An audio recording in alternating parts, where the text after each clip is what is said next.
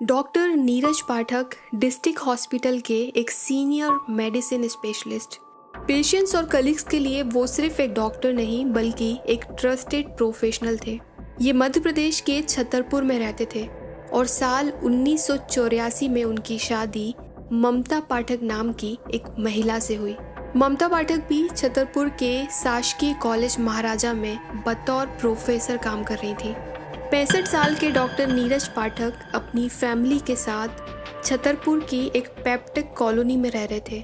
उनकी फैमिली में उनके 2 बेटे नीतीश और मानस। नीतीश फिजिकल और मेंटल हेल्थ इश्यूज से अफेक्टेड था और बेटा मानस अब्रॉड विदेश में रह रहा था। फैमिली के लोग हाईली एजुकेटेड, सोशली रिस्पेक्टेड और सीमली नॉर्मल थे। लेकिन 29 अप्रैल 2021 की रात डॉक्टर नीरज पाठक अपने ही घर में मृत पाए गए। पेप्टिक कॉलोनी एक क्वाइट रेसिडेंशियल एरिया जहां डॉक्टर पाठक अपने 2 मंजिला बने घर में रहते थे। अपर फ्लोर पर उनका पर्सनल बेडरूम और ट्रीटमेंट एरिया, ग्राउंड फ्लोर पर उनकी पत्नी ममता और बेटा नीतीश रह रहे थे। इस हादसे के एक दिन बाद यानी 1 मई 2021 सुबह करीब 10:30 बजे ममता पाठक छतरपुर के सिविल लाइंस पुलिस स्टेशन पहुंची। उन्होंने पुलिस को बताया कि 29 अप्रैल की रात मेरे पति डॉक्टर नीरज पाठक उनके घर में फर्स्ट फ्लोर पे बने कमरे में लेटे हुए थे। रात के करीब 9 बजे ममता जी ने उन्हें डिनर के लिए बुलाया, लेकिन उन्होंने कोई जवाब नहीं दिया और अगली सुबह यानी 30 अप्रैल को ममता जी अपने बेटे नीतीश और ड्राइवर के साथ झांसी चली गई। वहां उन्हें किसी डायलिसिस सेंटर पर जाना था और उसी दिन रात करीब 9:30 बजे वो झांसी से वापस अपने घर लौटी। लेकिन उस दिन जब वो अपने हस्बैंड को ढूंढते हुए उनके कमरे में पहुंची तो उन्होंने डॉक्टर नीरज पाठक को वहां मृत पाया। ममता पाठक ने पुलिस को ये भी बताया कि 18 अप्रैल से ही डॉक्टर पाठक बुखार से परेशान थे। सर्दी, खांसी और उन्हें सांस लेने में दिक्कत हो रही थी। ये वही टाइम था जब देश में कोरोना की लहर थी और इन्हीं सब के चलते जब डॉक्टर पाठक को भी बुखार, सर्दी, खांसी के सिम्टम्स दिखाई दिए तो उन्होंने भी कोरोना के डर से अपने आप को फर्स्ट फ्लोर के बने उस कमरे में क्वारंटीन कर लिया था।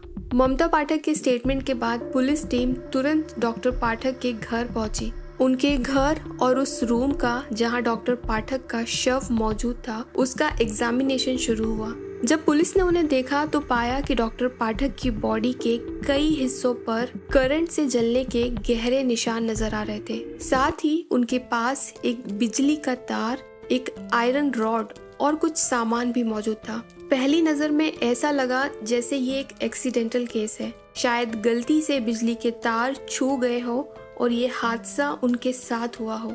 लेकिन जब पुलिस ने ध्यान से उनकी बॉडी को देखा तो कुछ और निशान ऐसे थे जो किसी भी एक्सीडेंट से मैच नहीं हो रहे थे। डॉक्टर पाठक की बॉडी पर करंट लगने के एक नहीं बल्कि कई निशान और अलग अलग जगह पर चोट और घाव के मार्क्स भी थे।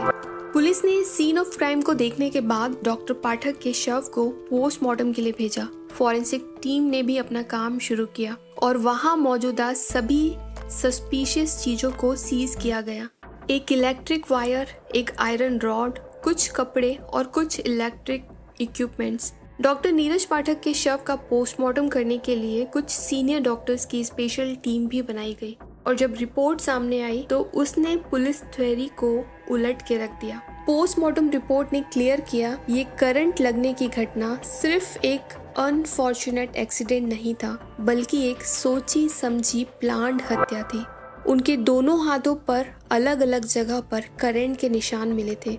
फॉरेंसिक एक्सपर्ट्स ने क्लियर कहा दोनों हाथों में एक साथ करंट लगना फिजिकली पॉसिबल ही नहीं है, यानी करंट अलग अलग बार लगाए गए हैं। बॉडी पर 5 अलग अलग जगह पर इलेक्ट्रिक बर्न थे।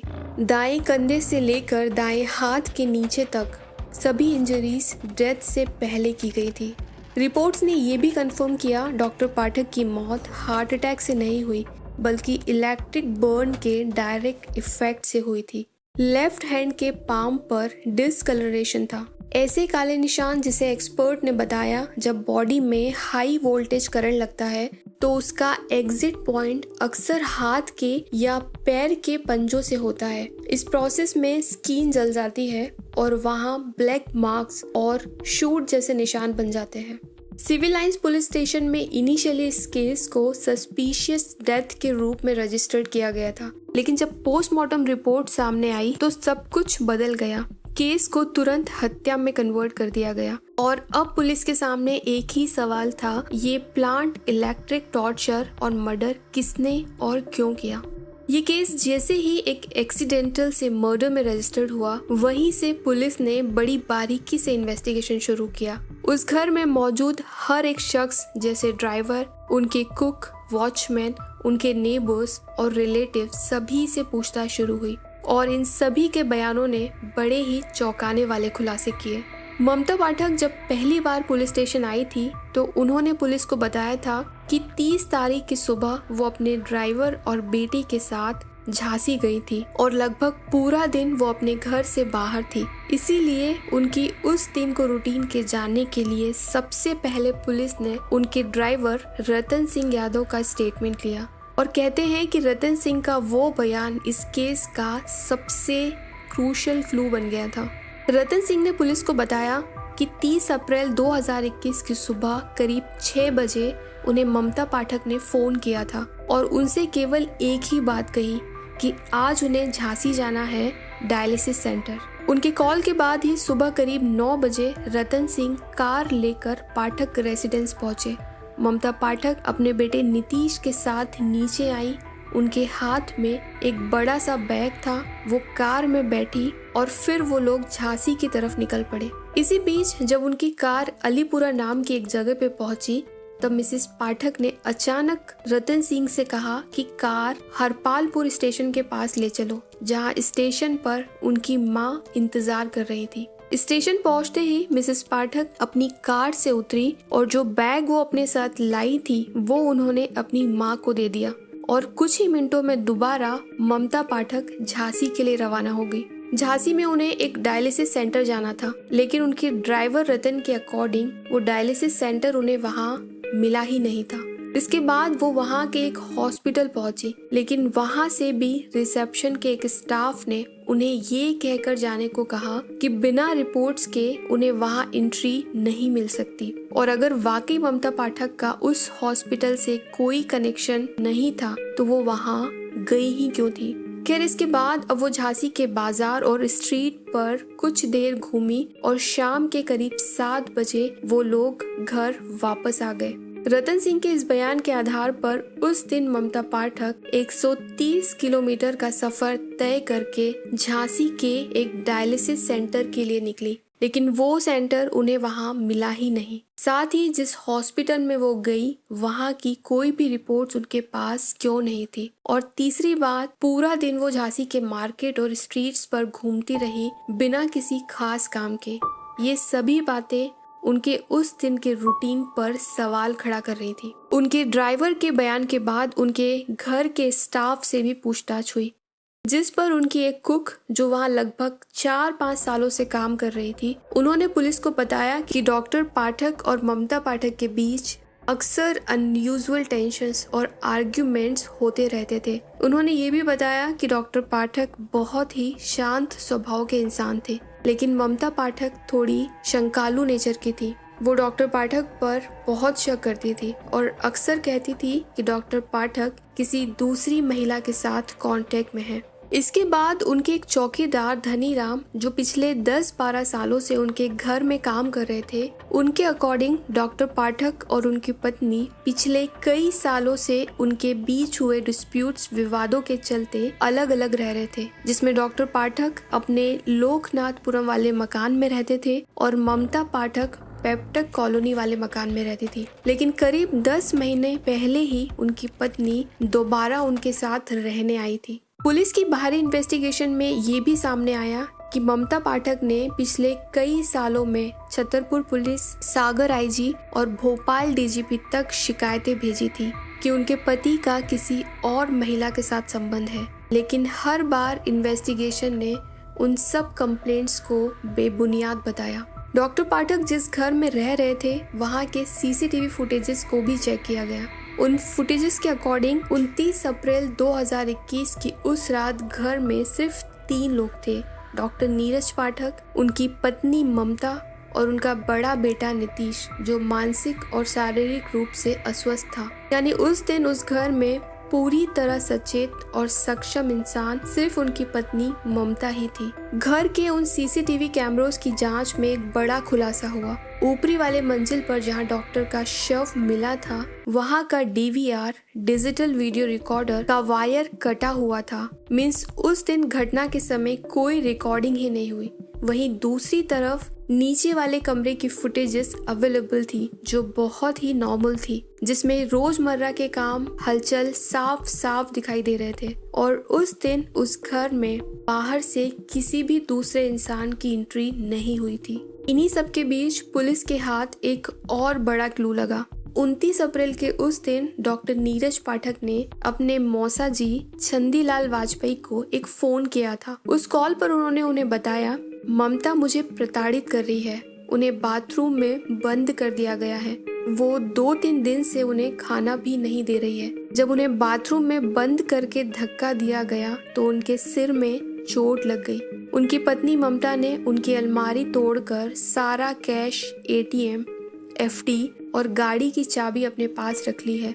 उन्होंने चंदीलाल जी को कहा कि कैसे भी वो पुलिस को सूचना देकर उन्हें इस बंधन से मुक्त करा दे। इस कॉल के दौरान चंदीलाल जी ने ये महसूस किया कि डॉक्टर नीरज पाठक बहुत ही डरे हुए लहजे में और लगभग कांपती आवाज में उनसे बात कर रहे थे। और इसी एक कॉल के बाद जब 29 अप्रैल की शाम को उन्होंने दोबारा डॉक्टर पाठक को फोन किया तो उन्हें कोई रिस्पांस नहीं मिला और उस दिन उनकी डॉक्टर पाठक से आखिरी बार बात हुई थी।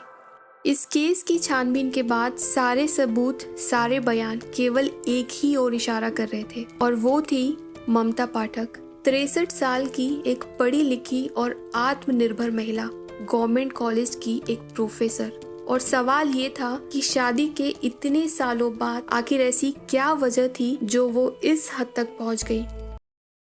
इन्हीं सबूतों के आधार पर ममता पाठक को पुलिस कस्टडी में लिया गया और जिस तरह से उन्होंने घटना की जानकारी दी और पुलिस को बयान दिए, उनमें कई गड़बड़ियां नजर आई। इन्वेस्टिगेशन में पता चला कि इंसिडेंट के बाद भी ममता पाठक बिल्कुल नॉर्मल थी। डॉक्टर पाठक की मौत से उन्हें किसी भी तरह की घबराहट, शॉक या इमोशनल ब्रेकडाउन नहीं हुआ था। वो बिल्कुल शांत थी, बहुत ही ज्यादा शांत, और ये शांति एक ग्रीविंग वाइफ के लिए अननेचुरल थी। पुलिस कस्टडी में भी उनके स्टेटमेंट्स बार बार बदल रहे थे, लेकिन आखिरकार उन्होंने कन्फेस किया। इस केस में काम कर रहे एक अधिकारी टीआई जगतपाल सिंह के अकॉर्डिंग जो उन्होंने कोर्ट में बयान दिया था, ममता पाठक का उनके पति डॉक्टर नीरज पाठक से लगातार झगड़ा हो रहा था। एक रात विवाद इतना बड़ा कि उन्होंने ठान लिया कि अब इस रिश्ते को हमेशा के लिए खत्म करना है। इंसिडेंट वाले दिन यानी 29 अप्रैल की रात ममता पाठक ने अपने पति को नींद की 4 गोलियां खिलाई। गोलियों का असर कुछ ही घंटों में दिखा और डॉक्टर पाठक गहरी नींद में चले गए। 3-4 घंटे बाद जब वो पूरी तरह बेसुध हो चुके थे, तब ममता पाठक ने कमरे में रखा बिजली का एक तार निकाला और डॉक्टर पाठक के शरीर पर लगाया। बेसुध हो चुके डॉक्टर पाठक के शरीर पर ममता पाठक ने बार बार करंट लगाया और कुछ ही देर में डॉक्टर पाठक मौत की नींद सो गए। इस घटना के बाद ममता पाठक ने वो तार ड्रेसिंग टेबल की दराज में छिपा दिया। नींद की गोलियों का खाली पत्ता किचन में फेंक दिया। जब पुलिस ने किचन से वो पत्ता बरामद किया तो उसमें 6 गोलियां बाकी थी और 4 गोलियों की जगह खाली दिख रही थी। पुलिस जांच में ये भी सामने आया कि घटना की असली कहानी सीसीटीवी फुटेजेस में कैद हो सकती थी, लेकिन डॉक्टर पाठक के घर में ऊपर की मंजिल में लगा डीवीआर का वायर कटा हुआ था। यानी उस समय ऊपर के कैमरे बंद थे, इसीलिए रिकॉर्डिंग नहीं हो सकी। इस इंट्रोगेशन के बाद ममता पाठक को कोर्ट में पेश किया गया। आरोपी से घिरी ममता पाठक ने अदालत में खुद को पूरी तरह निर्दोष बताया। उनका कहना था कि मेरे पति की मौत एक दुर्घटना थी, मुझे झूठा फंसाया जा रहा है, पुलिस ने गलत निष्कर्ष निकाला और मुझे कातिल बना दिया। लेकिन प्रोसिक्यूटर ने उनके सामने कई सवाल खड़े कर दिए। पहला सवाल, अगर डॉक्टर पाठक की मौत एक एक्सीडेंट थी तो एफआईआर कराने में उन्हें इतनी देर क्यों लगी? दूसरा, ममता पाठक ने इस घटना के बाद तुरंत अपने पड़ोसियों या पुलिस को बुलाने की कोशिश क्यों नहीं की थी? और तीसरा, शव पर अलग अलग करंट लगाने के निशान कैसे बने? और इन सभी सवालों के कोई ठोस जवाब ममता पाठक के पास नहीं थे। लेकिन अपनी सफाई में ममता पाठक ने कोर्ट में एक तकनीकी तर्ज दिया। उनका कहना था कि जिस कमरे में डॉक्टर नीरज थे वहां बिजली से झटका लगना संभव नहीं था। डॉक्टर लकड़ी के बिस्तर पर गद्दे और चादर के साथ लेटे हुए थे। पैरों के नीचे प्लास्टिक की कुर्सी थी। ऐसी स्थिति में शरीर को अर्थिंग नहीं मिलती, इसलिए करंट से मौत होना असंभव था। ममता पाठक ने पोस्टमार्टम रिपोर्ट पर भी सवाल खड़े कर दिए। उन्होंने अदालत में दावा किया कि उनके पति की मौत हत्या नहीं बल्कि प्राकृतिक कारणों से हुई।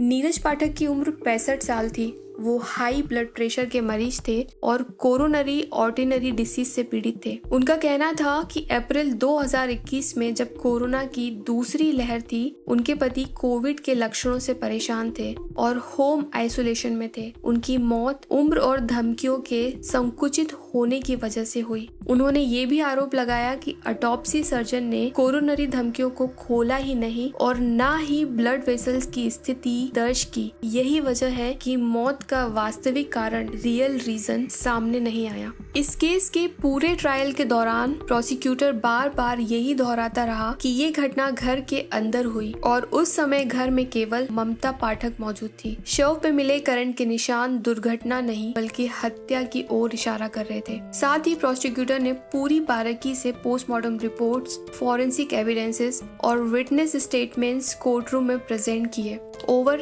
18 विटनेसेस प्रेजेंट हुए। Neighbours, staff, driver, family members, arguments, domestic conflicts और पास कंप्लेंट्स ग्रेजुअली रिवील हो रही थी। प्रोसिक्यूटर्स ने आर्ग्यू किया कि डॉक्टर पाठक की डेथ एक्सीडेंटल नहीं, डिलिबरेटेड और प्री मेडिटेटेड थी। ममता के स्टेटमेंट्स इनकंसिस्टेंट थे। कई कॉन्ट्रडिक्शंस कोर्ट रूम में हाईलाइट किए गए। कोर्ट में फोटोग्राफ्स, इलेक्ट्रिक कॉर्ड्स, रॉड और बॉडी की इंजरीज डिस्प्ले किए गए। फॉरेंसिक एक्सपर्ट ने कंफर्म किया कि इंजरी फोर्स्ड इलेक्ट्रिक कांटेक्ट से हुई थी। एक स्लोली अनफोल्डिंग पिक्चर सबके सामने आ रही थी। इंसिडेंट सिर्फ एक एक्सीडेंट नहीं बल्कि एक डिलिबरेट एक्ट का रिजल्ट था। जब कोर्ट ने इस केस में अपना फैसला दिया तो सामने आया डॉक्टर पाठक की डेथ नेचुरल और एक्सीडेंटल नहीं थी। पोस्टमार्टम और फॉरेंसिक रिपोर्ट हत्या की पुष्टि करती है। ममता पाठक घटना स्थल पर मौजूद थी और वही इस मौत की जिम्मेदार है। जज ने कहा कि यदि आरोपी निर्दोष होती तो घटना के तुरंत बाद मदद के लिए चीखती, पुलिस को कॉल करती, लेकिन उनके बिहेवियर ने संदेह को और गहरा कर दिया। 29 जून 2022 district and session court Narsinghpur ने वर्डिक्ट अनाउंस किया। ममता पाठक गिल्टी डिक्लेयर हुई और आईपीसी की धारा 302 में उन्हें दोषी ठहराया गया। आजीवन कारावास विद फाइन की सजा सुनाई गई। एक पढ़ी लिखी महिला जिसने अपना जीवन शिक्षा जगत में बिताया था, अब जेल की सलाखों के पीछे अपनी बाकी जिंदगी गुजारने को मजबूर थी। ये केस ये भी हाईलाइट करता है कि जेलेसी और emotional manipulation long term frustration के साथ एक हाईली कैलकुलेटेड प्लान और प्री मेडिटेटेड मर्डर का रिजल्ट बन सकता है। एजुकेशन, सोशल रिस्पेक्ट या एज कभी भी इम्यूनिटी नहीं देती। ये केस हमें बताता है कि डोमेस्टिक कॉन्फ्लिक्ट्स, मैरिटल टेंशन्स और अनसीन फ्रस्ट्रेशन कभी भी घातक साबित हो सकता है। डॉक्टर नीरज पाठक की लाइफ और डेथ हम सबको ये सिखाती है कि इवन परफेक्ट फैमिलीज में डार्कनेस छुपी हो सकती है। ट्रस्ट, कम्युनिकेशन और डोमेस्टिक कॉन्फ्लिक्ट्स, घरेलू झगड़ों को इग्नोर नहीं करना चाहिए। आज की कहानी में बस इतना ही। इस केस पर अगर आप कुछ भी कहना चाहते हैं तो हमें कमेंट बॉक्स में जरूर बताएं। Thank you so much. अपना ध्यान रखें। सी यू सून।